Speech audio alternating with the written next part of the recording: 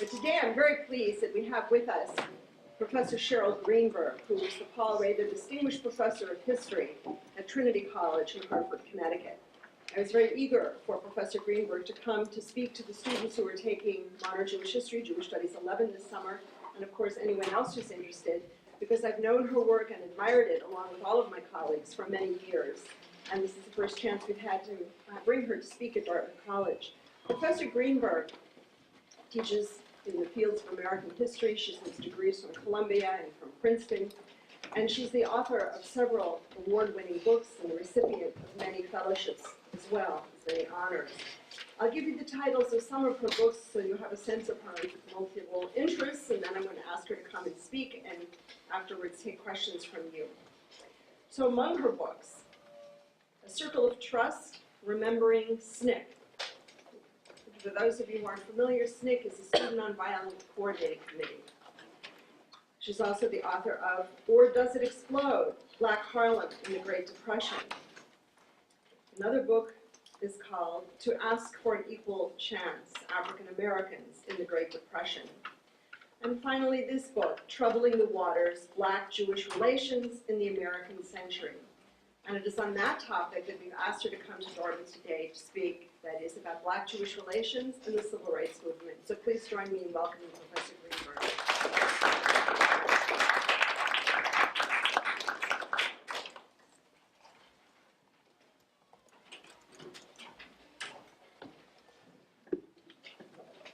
Hi.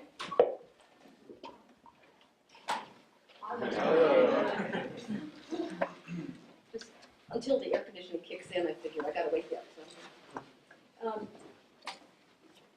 I think the question that you have to ask yourself is, why am I here? And for those of you who don't actually know the answer, just sit back and relax. But for some of you, you might say, of course, Black-Jewish relations, it's a topic. But what's weird is, of course, why is it a topic? We don't talk about Presbyterian-Latino relations, for example. We could, but it's not sort of automatic. But there's something in the American conversation that, for some reason, comes back to a question of Black-Jewish relations. And so it's been a common conversation, not just among Black people, not just among Jewish people, but in the larger community. Even President Obama talked about Black-Jewish relations. He talked about them on the eve of his first inauguration, well after he had won the Jewish vote. So it wasn't about that, but it was about something. So the question really is, what is he talking about? What are we talking about when we talk about the Black-Jewish relationship? And why should we care about this topic at all? And that's really what I want to talk to you about. Some skeptics say that there was no relationship, that we've all made it up, or that if there was a relationship, it just existed in Jews' heads, or that if there was a relationship, maybe it was among Black and Jewish leaders, but it really didn't trickle down. But I want to argue that it did exist, and that it went far deeper than those limits. So it was not just among leaders. Think about Obama Jewish outreach, for example, Jews for Obama, the Great Schlep, if you remember Sarah Silverman. There were no Swedes for Obama, or Obama Methodist outreach, or the Aussie Great Trek, or anything like that. Nor was is the feeling of kinship just among Jews. I was in New York in 2009, the last time that Israel launched an invasion of Gaza. And the local news there covered pro-Palestinian protests all around the world, and then it cut to a scene in New York, which was a Black church praying for the safety of Israel.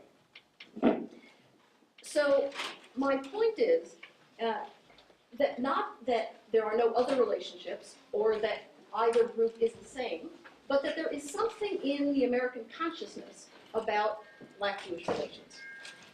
And I don't want to go in the other direction and argue that there's something natural, automatic about Black-Jewish relations. It is not, for the Jews in the room, I'm sorry to say, because Jewish ethics teaches us that we should care for other people. So does Christian ethics, of course. And Jews were not, for example, in the center of the abolition movement. In fact, there were no Jewish leaders there were no Jews in the leadership of the abolitionist movement. So it's not natural in that sense. Nor is it necessarily natural in the African American community, even though there is a linkage to the biblical Jews of Egypt, the enslaved Jews, that there's no automatic relationship with Jews today. So my point is that something happened in American history to bring the Black and Jewish communities together, and something happened to split it apart. And that's what I want to talk about today. And I also want to argue that there's a reason that it's relevant to everyone, and that is that it reflects American political history in the 20th century. If you trace Black-Jewish relations, you will see the development of American political history. So, if I'm right, then what happened to create that bond, and what happened to split it up? And that, of course, is a job for a historian, which is what I am, and I think what many of you are. And so I thought we might go through a quick and dirty history of Black-Jewish relations and see what we can learn from it. Obviously, and I know that not all of you study American history, but the basics, I think, you know. But raise your hand, by the way, if I say something that is completely lost to you because you know German history, for example. Obviously, African Americans and Jewish Americans have very different histories, but there had some common experiences, particularly around the turn of the 20th century. They had migration. More than 2 million Jews from Eastern Europe and Russia came to the United States around the turn of the century, and more than 1 million African Americans moved from south to north and from rural areas into urban areas, in a movement that is so large we call it the Great Migration. They had a common experience of discrimination and exclusion from jobs, from neighborhoods, from schools, and of course, there was hatred and violence. While racism was obviously much worse than anti-Semitism in the United States ever was, both had been known to erupt into lethal violence. In response, and like every other community in the United States, they organized groups or agencies to promote their own interests. And again, most of you are familiar with these groups. There was the National Association of Colored Women's Clubs. There was the NAACP, the National Association for the Advancement of Colored People. There was the National Urban League, the National Council of Negro Women, and on the Jewish side, the National Council of Jewish Women, the American Jewish Committee, and I love this because this is a picture of one of the founders of the American Jewish Committee. You can see it's a very German, Jewish, elitist kind of group. The Anti-Defamation League, we think of the Anti-Defamation League as very big and powerful. That was its entire staff in 1941. The American Jewish Congress, which was formed in part as an alternative, Eastern European alternative to the snooty American Jewish Committee, and the Jewish Labor Committee. But while both groups, that is African American organizations and Jewish American organizations, had the same goal, which was equal opportunity and full opportunity to engage in American life, they did not work towards that goal together. That's not true of the left. There were blacks and Jews heavily involved in the Communist Party and the Socialist Party, and they in fact were very engaged in working together towards equality for everyone. But I'm not talking about them today. Feel free to ask questions, they're very cool. But that's not what I'm going to talk about today. In the mainstream, as I said, they were not working together. There were some individual Jews and African Americans who worked together. There were the founders of the NAACP. A large proportion of those white founders were in fact Jewish. And someone seems to be missing from my picture. Oh well, Franz Boas, just imagine what he looks like. Doesn't really matter.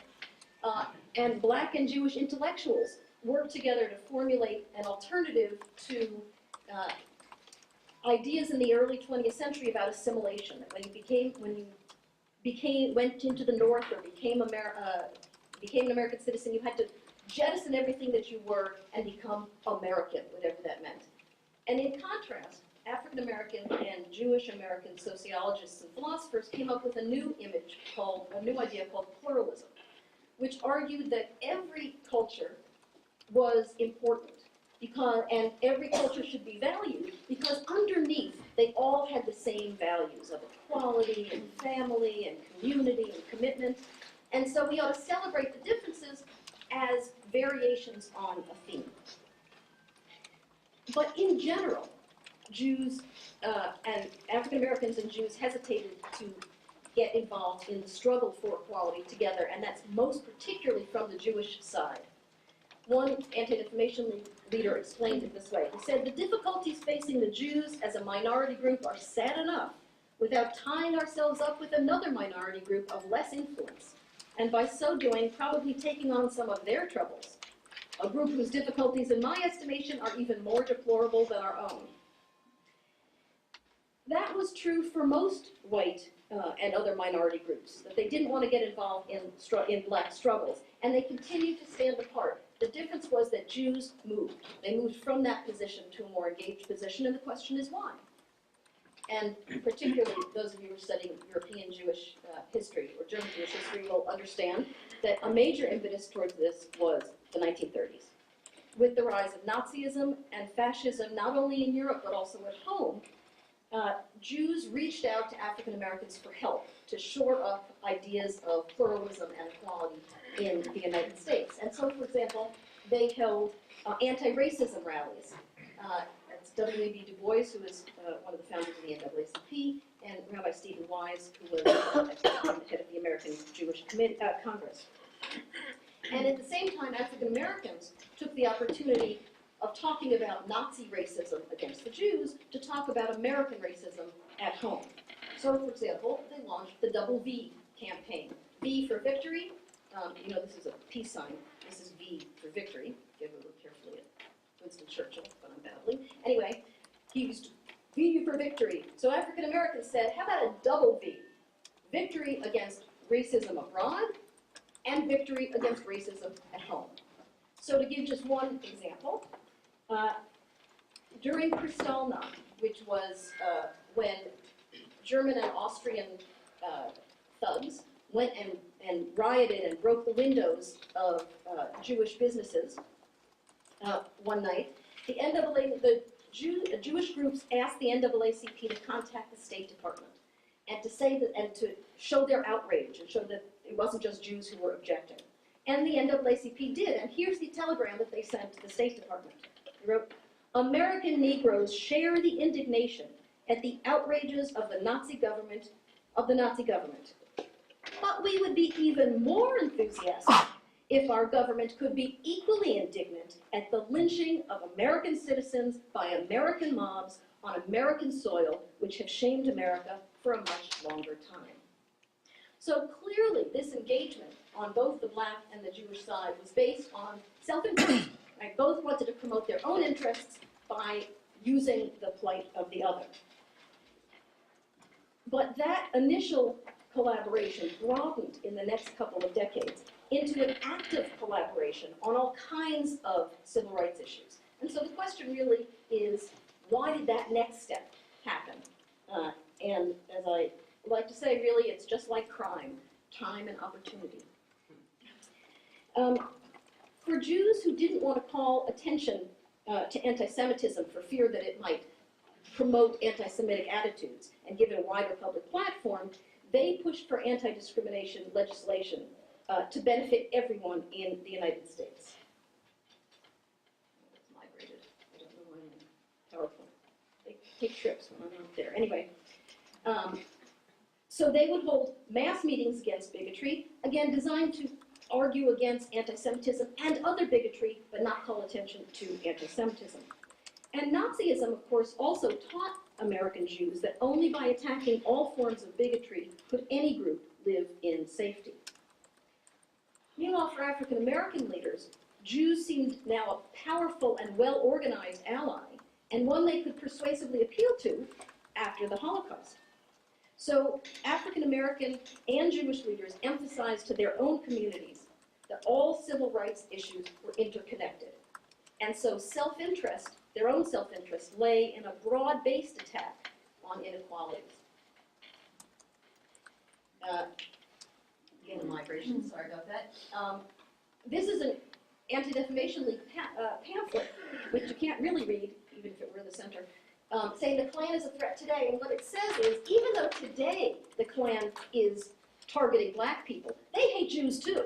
So argue against the Klan today, or else they will come after us tomorrow. And the black and Jewish leaders also argued in their own communities that it was important to make common cause, that working together would be more effective than working apart. So what launched a black-Jewish collaboration by the late 1930s wasn't a broadening to the challenge of discrimination, but a greater willingness to work against it together. But still, this was a pivotal shift, if you think about it intellectually. It meant that both communities had redefined their sense of self-interest, what they would get out of it, as including the concerns of other people.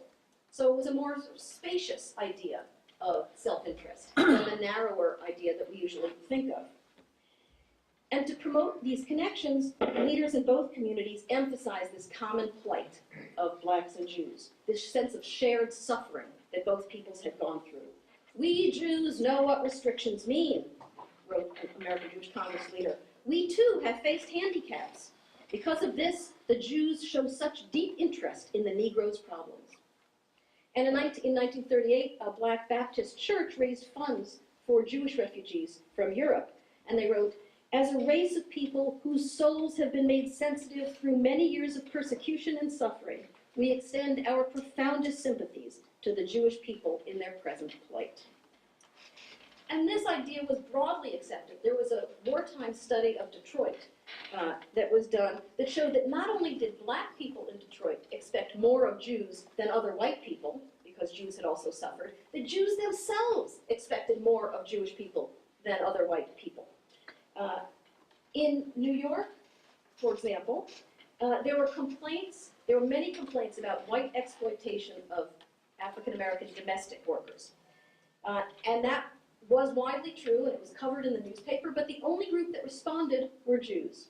This particular set of flyers was a Jewish attempt to resolve the problem of white people who would pick up black domestic workers on the street corner and then pay them or not pay them, cheat them, whatever, that there was too much exploitation. So they set up employment centers where black women could come and white women could come and hire them. So it was only Jews who responded to this problem of racism. On the other hand, notice who's doing the hiring and who is working.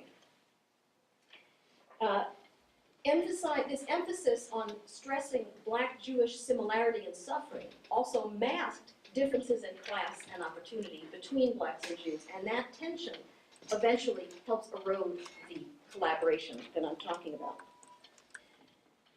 These political changes in the black and Jewish community were also affected by changing politics in the United States as a whole. A whole new public rhetoric emerges after World War II. The war effort itself demanded racial unity. United, we win. We have to work together, not because we like each other, but because we have to put everything we can into the war effort. And of course, the news of the genocidal violence in Europe helped push the need in America to emphasize these issues of pluralism that I talked about before, of tolerance, at least rhetorically. And finally, the emerging Cold War actually had an impact because the discrimination and segregation in the United States was the best tool that the Soviet Union had to attack America in the Third World. Remember, the non-aligned countries were mostly non-white. And so the competition in the Cold War was who was going to control or have the allegiance of those countries. So as long as we were acting in overtly discriminatory ways, the Soviet Union had a rhetorical advantage. And so there was some impetus to, again, only rhetorically often, respond to the most overt problems of racism and discrimination for that reason. So the result of all this politically, broadly speaking, in the United States, was a new form of political liberalism. This version of liberalism argued for equal access to employment and housing and voting and equal access to civic life, protected against discrimination based on your group membership. It was moderate because it was anti-communist. It looked at compromise and tried to avoid really divisive issues that would split apart the coalition. But it was okay that it was moderate because, after all, it was pluralist. That meant that we're all the same under the skin, and so all you have to do is change your heart, and everything else will follow. This coalition building between Black and Jewish organizations that I was talking about was both spurred by these changes and shaped by them. And you can see this commitment in every Black and Jewish venture on behalf of integration in the 1940s and 50s. You see it in local efforts and national efforts, among leadership and among the grassroots. Wherever segregation was codified by law, they challenged it. Where it violated the law, they took discriminators to court. They proposed civil rights planks for both the Democratic and the Republican Party platforms. They testified before Congress on congressional committees on civil rights and civil liberties and social welfare legislation. Together, they launched letter-writing campaigns and launched petitions and held private meetings with legislators. They co-sponsored lobbying efforts. They conferred on legislative and legal strategies to end restrictive housing, covenants, and segregated schools, and to broaden economic opportunity. This, by the way, came over the protests of a lot of Southern Jews, which is another topic which we can talk about later if you want, but is beyond the topic of this. In fact, there's a great letter that I have from the Anti-Defamation League, the legal side of the Anti-Defamation League, that invites the NAACP for a lunch meeting to confer on strategies for litigating Brown versus Board of Education. They said, okay, we'll provide the coffee and dessert, you provide the sandwiches. And so you have this image of these guys just sitting around the table, talking about, well, this worked in this case, and this worked in this case, and how we can collaborate.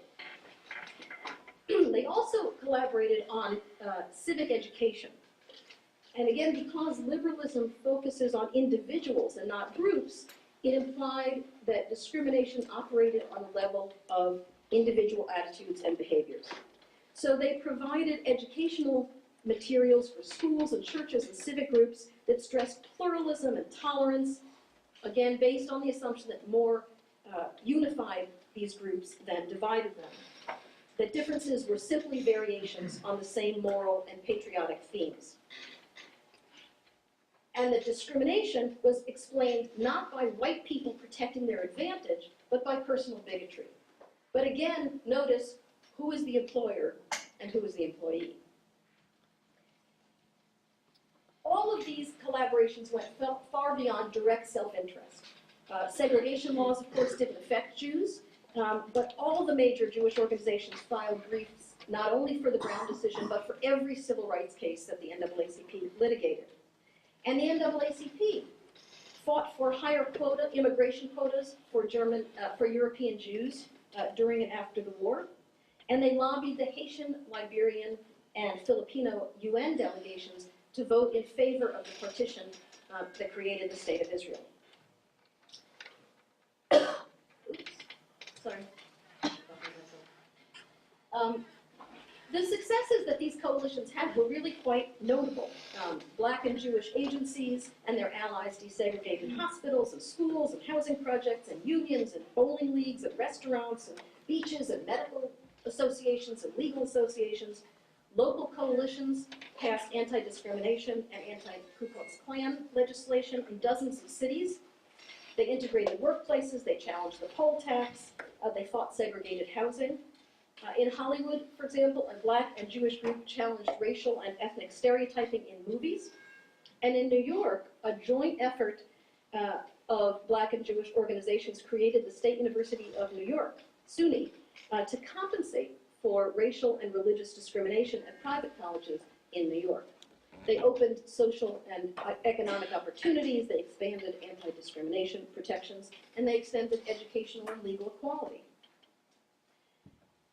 But all was not sweetness and light, even then, because even during all this cooperation, most Jewish and Black people were divided by race and by religion and by class. And they didn't address those differences. think again of the Bronx, the domestic worker effort, or the racial tolerance idea. And they just did not address those sorts of larger issues. And that really is because of the limitations of liberalism, which, as I said, focuses on individuals and not groups. So it ignored race and class implications of all of these things. And by focusing on individual discrimination, or individual parts to be changed, they missed the structural problems that went well beyond personal bias to stand in the way of advancement. Or to put it in more modern terms, theoretical race blindness was not enough. That's because racism and the consequences of racism and discrimination had trapped African Americans, North and South, into low-wage, low-mobility jobs, which was a structural problem that went beyond any individual's bias.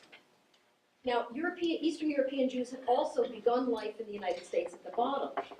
But though they were similarly poor, they had come from urban areas, and so they had certain kinds of skills that rural agricultural black workers migrating north didn't have. And those two factors, plus good timing and white skin, helped Jews rise despite a very real anti-Semitism. But most Jews who were committed to this individualist liberal ethic didn't recognize the role that structural racism played in their own advancement and in limiting black progress.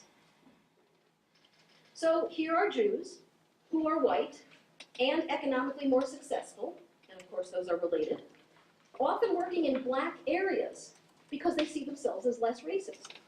So Jews see themselves, they understand themselves as open and tolerant, rising on hard work. They don't see themselves as white. They were persecuted by white people in Europe.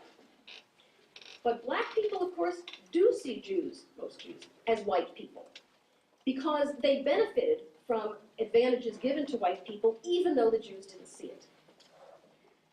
So here are Jews in black neighborhoods who are seen as class exploiters by African Americans. Jews see themselves as outsiders in the society. Black people see them as insiders who are exploiting black outsiders. Jews see the protests against them as anti-Semitism, with Jews as a target. Black people see rich white people soaking poor black people. And at the same time, there's African American anti-Semitism. African Americans have long been among the most devout of American groups, and so many turn class resentment into anti-Semitic expressions. So just to be explicit, political collaboration between the two communities was weakened because of racial and class and religious differences between them that no one acknowledged. Despite those tensions, though, and despite Jews' increasing economic status, Jews did continue to support the civil rights movement, of course, with black colleagues, well into the 1960s, including demonstrations and marches and lobbying, and the hardest and most dangerous organizing work. The two heads of the umbrella civil rights organization, the Leadership Conference on Civil Rights, were Roy Wilkins of the NAACP and Arnold Aronson from the National Jewish Community Relations Advisory Council. But as I said before, not everything was stable in black-Jewish relations, or even in the civil rights movement. Because by the mid-1960s, many people, especially young activists, argued that liberalism as a political policy had completely failed the civil rights movement. They argued that there had been no protection for people engaged in completely legal, legitimate activities like registering to vote. The Freedom Riders, who rode integrated buses into the South, were arrested and beaten, even though they were only following a Supreme Court ruling. Attackers of civil rights workers went completely unpunished. In the 1964 Democratic National Committee, that theoretically liberal body rejected the petition of an integrated Mississippi delegation that argued that it should be seated at the convention rather than the lily white delegation that the party had set up. So in other words, there were two competing primaries in Mississippi for delegates to the Democratic convention. The traditional party was lily white, and only white people showed up. The civil rights workers ran a counter campaign with an integrated group. The integrated group went to the Democratic National Convention and said, we ought to be the ones to be seated because we're following the party rules of integration. And the Democratic Party said, no, we're going to seat the lily white delegation instead. And Martin Luther King is attacked by rocks in Chicago, not in the South, but in Chicago, which is supposedly the bastion of, the North, supposedly the bastion of civil rights support. So this kind of resentment and disillusionment with liberalism provokes a sense of black nationalism and black militance and the rise of what they call black power. The Student Nonviolent Coordinating Committee, or SNCC, and CORE went all black. They kicked out their white membership. They argued that you couldn't trust any white people, any white liberals, because when forced to choose between their whiteness and their liberalness, they always chose whiteness. They also criticized liberalism because it argued for integration. And what they said that integration was both unachievable and anyway, it was cultural suicide. Because integration really meant joining white norms and rejecting black culture and black agendas completely. And it also,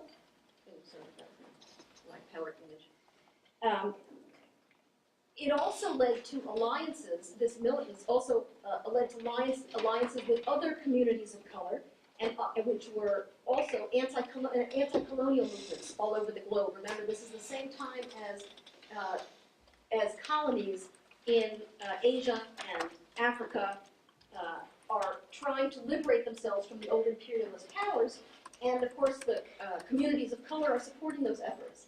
And in alliance with those, many African-American militant organizations took positions on behalf of the Palestinians, now arguing that Israel was not the supportive necessary refuge for Jews, as they had in 1948, but now Israel was a European imperialist power.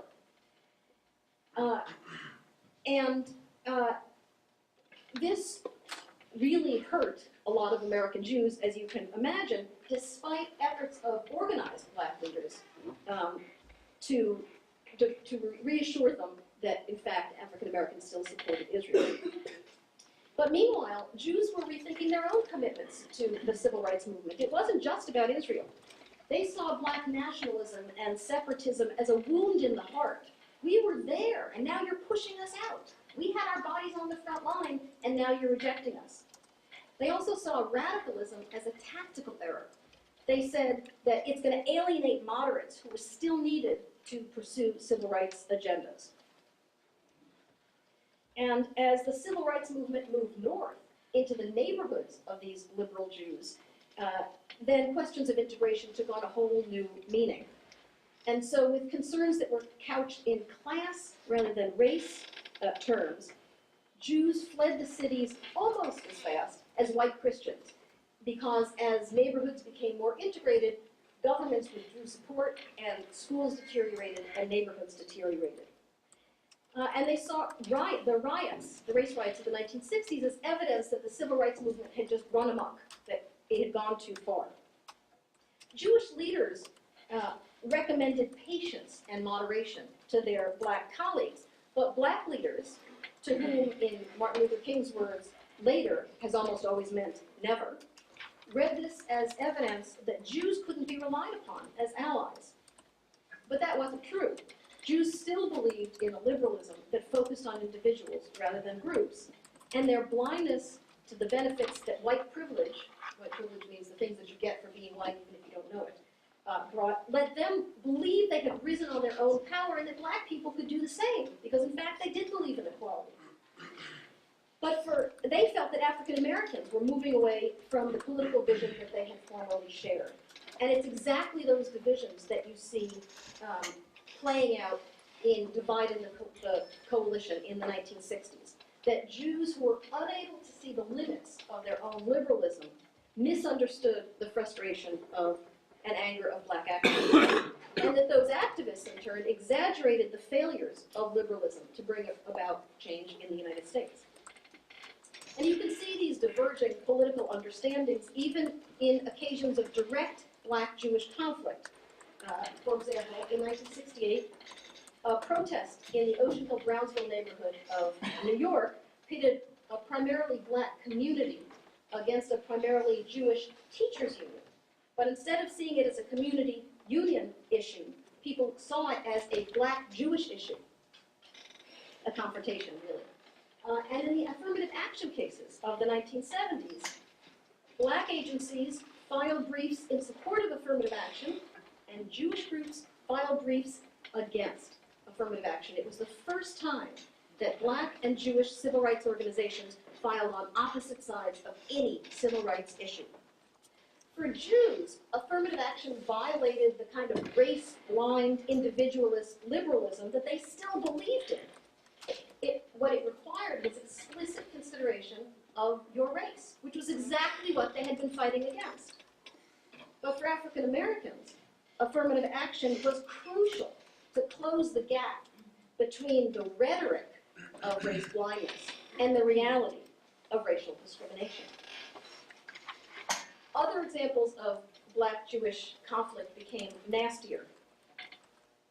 There was a riot in Crown Heights in 1991, and widespread and public expressions of Black anti-Semitism through the 80s and 90s. But it wasn't just political differences or even violence that lessened cooperation between Blacks and Jews. The Jewish community had also changed. Economically now, the Jewish community was middle class.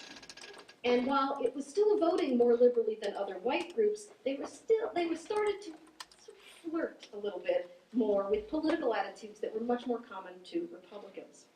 Now, of course, they were living primarily in suburbs, and so Jews and the agencies that represented them turned their interests away from the problems of poverty and urban life, and instead looked at the assault of assimilation and turned toward what we call continuity issues. How are we going to make sure that the next generation stays Jewish? So if Black nationalism challenged the Black-Jewish coalition from one side, a shift towards Jewish conservatism and parochialism, kind of narrowing of interests, limited it from the other. Meanwhile, of course, the gaps between Black and white incomes and what sociologists call life chances or opportunities, which had begun to finally shrink in the 1960s, then began to widen again.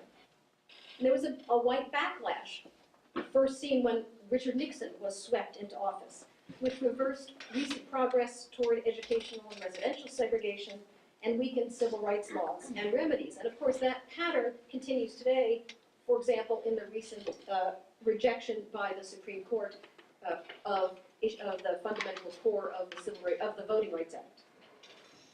And public discourse turned back towards the unfortunately familiar and I think chillingly racist us versus them that wrote Black people out of the mainstream of American life until 9/11, when I would argue that place was taken by Muslims.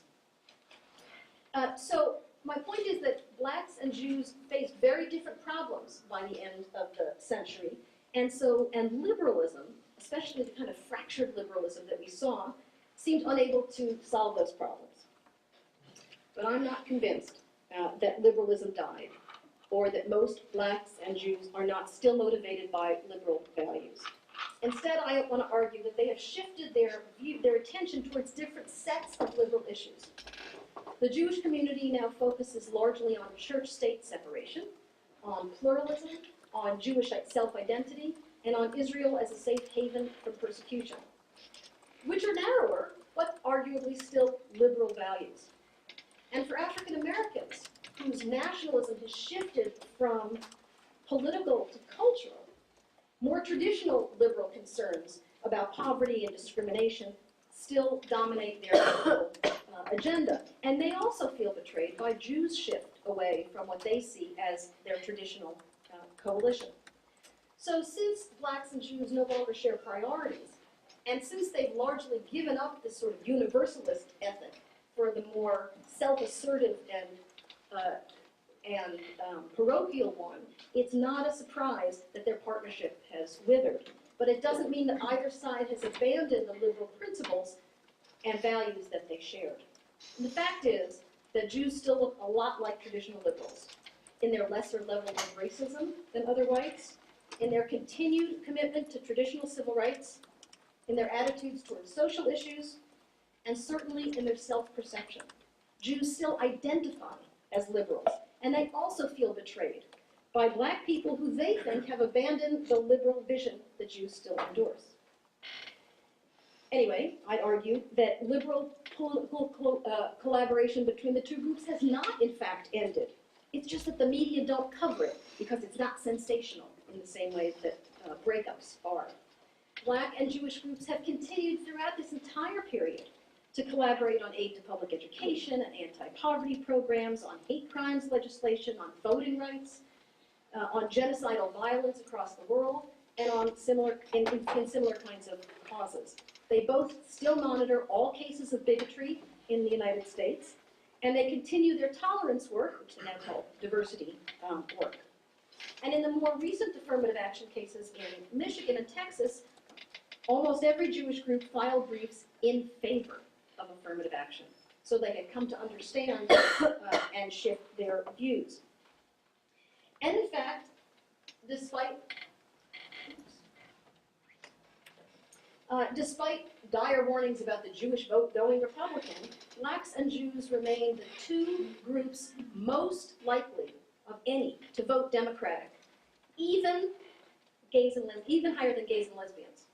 Jews and blacks vote Democratic more often. Both communities remain invested in the politics that underlay the Civil Rights Coalition. And both groups have reasserted their desire and the importance of working together, even in Crown Heights. There's been a surprising new energy in recent years in both communities to tackle broad social problems and to do it in coalition with others. It's visible in national forum, and it's visible in dozens of local church and synagogue links and action groups. So the question is, what does all this tell us about Black-Jewish relations and American history in general? I think what it says is that groups have been most effective in achieving meaningful social change when they have defined self-interest in a spacious and universalist sense, and together then work to build a movement that could transform society. And when perceived self-interest narrowed and became more parochial, the civil rights movement, to use our example, lost its momentum. The other lesson, I think, that it teaches us is that to achieve social change, you have to go beyond discussion and into action. Discussion is wonderful, but it's not enough. In the civil rights struggle, change only came when talk moved to action. And it seems to me that we are now at a place, to shift from historian to political activist for a minute, hysteric, depending on your politics. It seems to me that we've entered another moment, like the civil rights movement, to argue that we really can't wait much longer for that kind of coalition to rebuild. We have problems of unemployment and poverty and housing, poor housing and violence. We have problems with education and discrimination. We have a fraying social safety net. We have urban decay. We have expanding disparities of wealth that threaten the well-being of the United States, it seems to me. We have a weakening of civil rights protections that have resegregated too much of society. And so I would argue that if we don't take those lessons of history, it will mark the end of a coalition that succeeded despite incredible odds and incredible differences and differences in perspective, and succeeded in changing American society. And it would betray the commitment that both communities have expressly given to genuine equality for all people. And now I'm happy to take questions, either as a historian or as a hysterical activist. Thank you so much.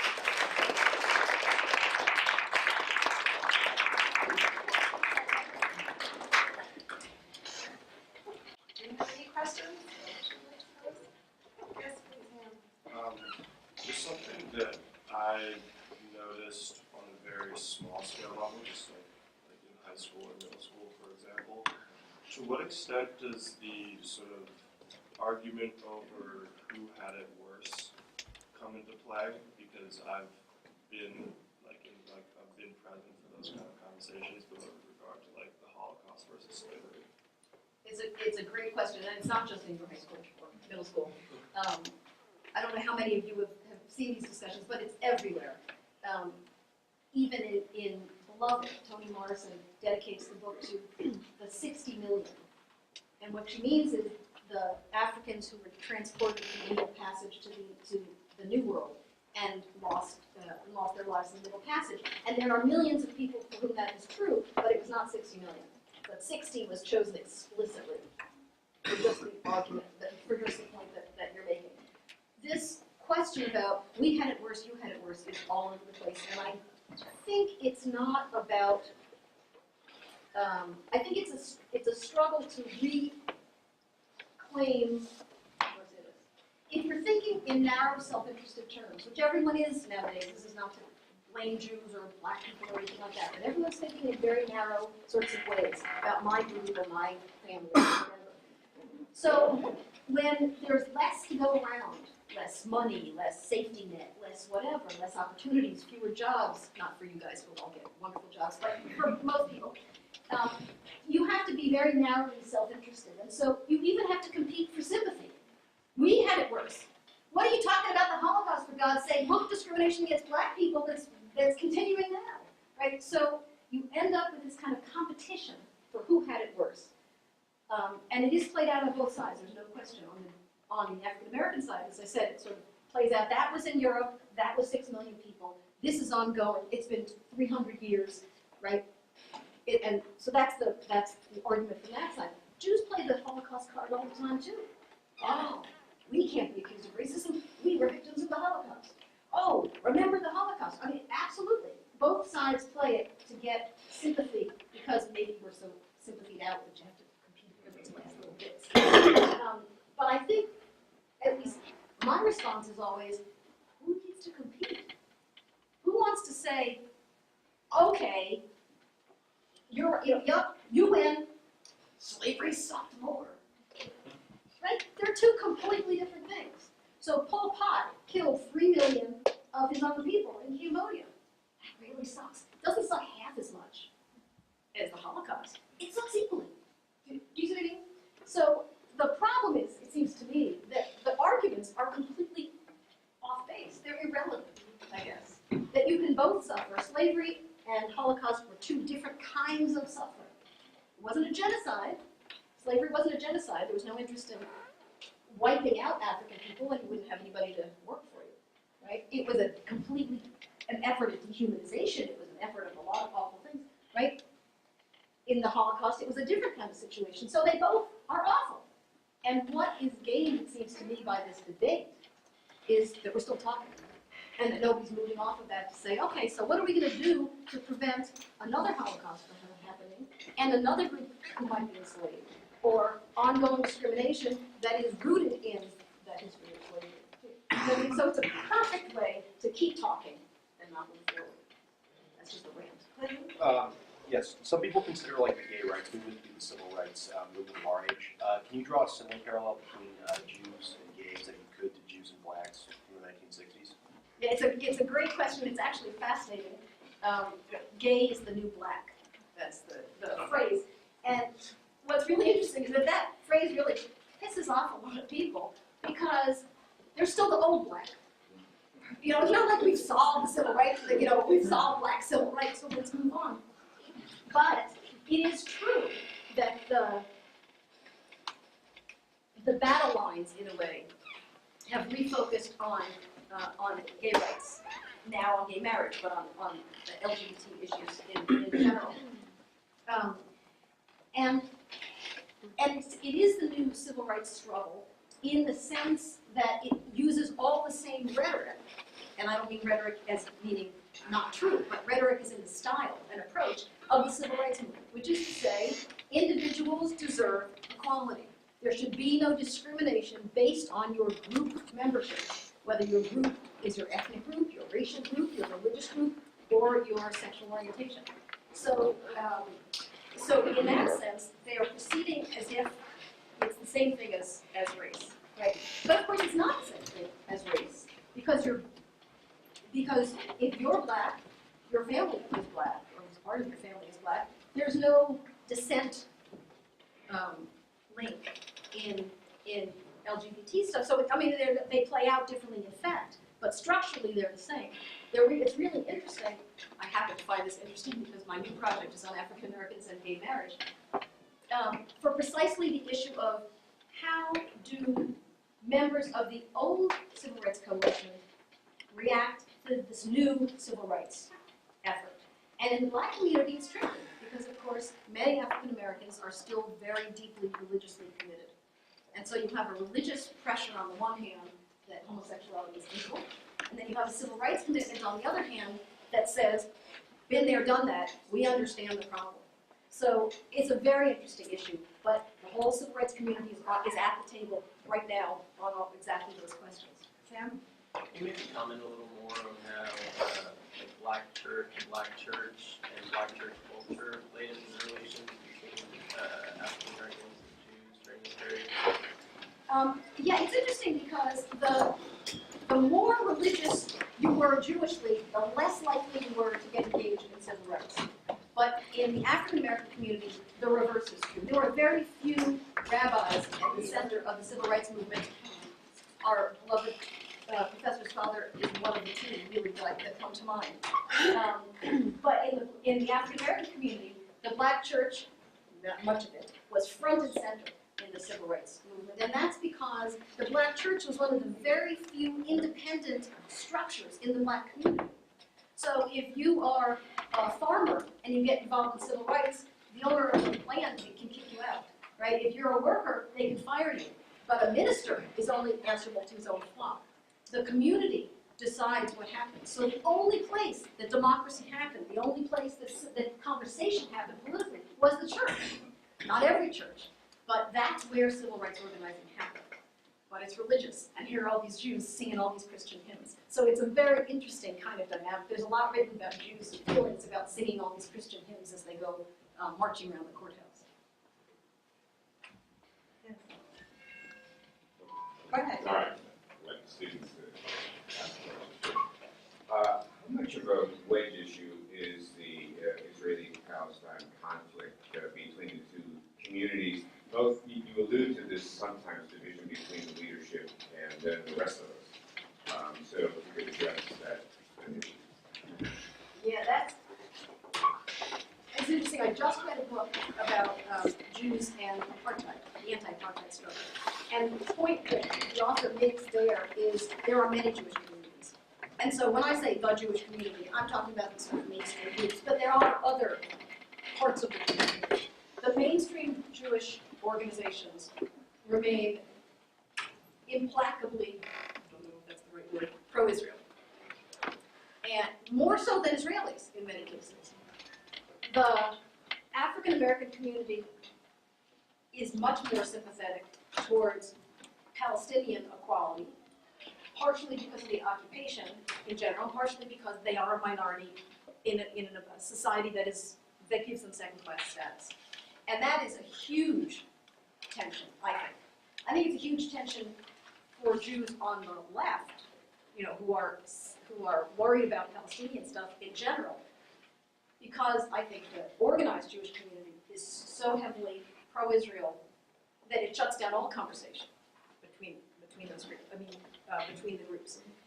But I think that there is a large, more leftist Jewish community that is much more sympathetic to the issue of Palestinians and the occupation and things like that. And they, I think, are trying very hard to say, it's not all the Jews. So it's very, who are taking Right, some but what about on the African American side? On the African American side, I think it's also tricky. The NAACP, for example, the more traditional groups, are very careful not to alienate their Jewish supporters and their tradition of support and their tradition of support of Israel. At the same time, they can't neglect the fact that these are an oppressed people of color who are being oppressed by a group that is acting in an imperialistic way. And so they're not as out front and outspoken in terms of Palestinian rights or whatever, but they are not all the way on the sort of pro-Israel, Israel right or wrong, if you want to, use that phrase. So I think it's a very tricky But what happens if you step beyond the leadership groups? I mean, Well, you that's what I allude to think in the African-American layers of thought in the Jewish side, but again, the average guy on the street in Detroit, New York, etc. Yeah, well, as I does he said, care or not? African American community or Yeah. Jewish community? African American. My guess is, I don't know, but my guess is that in the African American community, it's pretty much universally sympathetic to the plight of the Palestinians, whatever that means. I'm not saying they say fire rockets at, into Israel, but in terms of a two-state solution, in terms of non-occupation, I would say that most African Americans are on that side. I think it's the Jewish community that is torn in these I ways. was just wondering if they were occupied with it at all. I mean, sometimes it's central to some people's thoughts, and other people's thoughts are, again, all those economic issues. It's like, Well, and cares, that's right, and that's what I was going to say, is that I have friends who are, the sort of national ranks of these civil rights organizations, these umbrella organizations. And I ask them, and they say, we're working on, incarceration, mass incarceration. We're working on the Voting Rights Act stuff. We're not worrying about international stuff. So on a personal level, they know that the JCPA is taking this position and the NAACP is taking that position, but they don't talk about that. That's my sense. How realistic is the future of Black Jewish coalition building with the same economic stratification that set apart in the 20th century still exists, but perhaps it's only intensified since? Yeah, that's a great question, and I would even pull back a second and say, do we want it to be? Do we want the Black-Jewish relationship to re-emerge? And the reason that I say that is, I think it can emerge if Jews and African-Americans are aware of what separated them. It's not that you can't make alliances beyond differences, it's that you have to acknowledge those differences and then make alliances. Do you see what I mean? So you have to be careful of paternalism. You have to be careful of the different perspectives giving you different kinds of, leading you to different kinds of outcomes. Right? You have to be open to that kind of thing. And there are ways to do it. I mean, there are which we can do afterwards when we have an organizing meeting. There are ways to do that. My point is that we can't do it in the same way because we have to be aware of those differences, but you can still work beyond them. What I meant by do we want one is it seems to me that the same spacious self-interest thing ought to apply to as many groups as possible. So just like the Civil Rights Coalition in the Civil Rights Movement was largely Black people and white allies, a disproportionate number of whom were Jewish, now the Civil Rights Movement includes Latinos and Asian Americans and gays and lesbians and all kinds of other people who weren't there before who have also started to understand that their interests are my interests and their security, that my security depends on their security. And so in that sense, well, as a Jewish person, I would love to see more Jews agreeing with me that we are committed to such an organization. I would like to see lots of other people, in addition to Blacks and Jews, coming to this realization that makes sense. That's the non-historian. Yeah, Gretchen. I want to, you've done a great talk on the political side of things. I just wondered if for a minute you could say something about Black, Jewish, and the arts. The arts, because it seems to me that that's the space where a lot of coalition building was taking place in the past and currently. I'm thinking about jazz musicians, I'm thinking about also. Well, and absolutely. What? No, Yeah, there's, and in fact, there was a great exhibit about the Rosenwald Fund and its funding of Black artists. And yes, there's lots of a really impressive history of Black and Jewish artists, musicians, fine arts, people working together to create poets, writers who have engaged in these issues either together or about each other or about these universalist forms. Thank you for coming about those of you who believe. And I think that is still going on, and it's really important. There's also, again, a sub-conversation going on about exploitation even there, right? Jewish jazz musicians really embracing a black ethic, or were they taking advantage of black music and black talent in order to make money? We have to acknowledge those questions. Maybe it was both, I don't know. There are lots of groups now, the Afro-Semitic experience, that combines African music and klezmer.